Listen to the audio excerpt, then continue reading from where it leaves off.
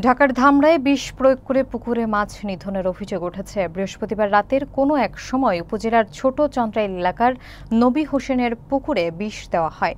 শুক্রবার সকালে পুকুরের সব মাছ মরে ভেসে উঠলে ঘটনাটি জানাজানি হয়।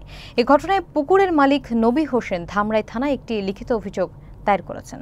বিস্তারিত দেখুন মোজাম্মেল হোসাইনের প্রতিবেদনে।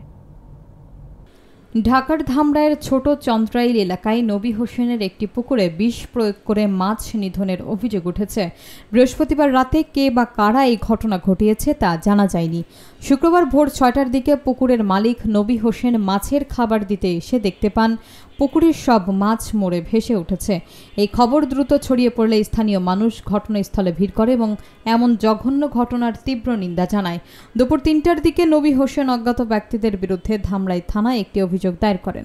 অভিযোগের পর তদন্ত কর্মকর্তা এসআই সবুজ হোসেন ঘটনাস্থল পরিদর্শন করেন। তিনি পুকুরের মাছ এবং পানির নমুনা সংগ্রহ করেন, যা মৎস্য ও প্রাণী সম্পদ অধিদপ্তরের পরীক্ষার জন্য পাঠানো হবে। এসআই সবুজ হোসেন দ্রুত তদন্ত সাপেক্ষে আইনগত ব্যবস্থা নেওয়ার আশ্বাস দিয়েছেন।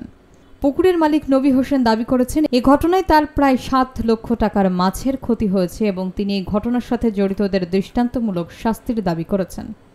আসসালামু আলাইকুম, আমার নাম নবী হোসেন, আমার আব্বার নাম তরু ব্যাপারী। আমি দীর্ঘদিন ধরে মাছের চাষ করি। আমার এই পুষ্করিণীতে অনেক মাছ ছাড়ি। আমি কোনো সময় এই ধরনের ঘটনা ঘটে নাই, মাছ মরে নাই।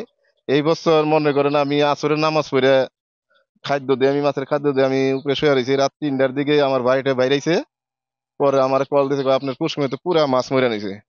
আমার এলাকায় শত্রুতা আছে, জায়গা জমিন অনেক গান্দাম হয়েছিল এর আগে।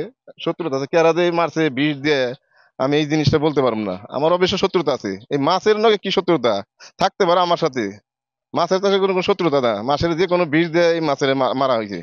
আমি আইনত ব্যবস্থা নিব।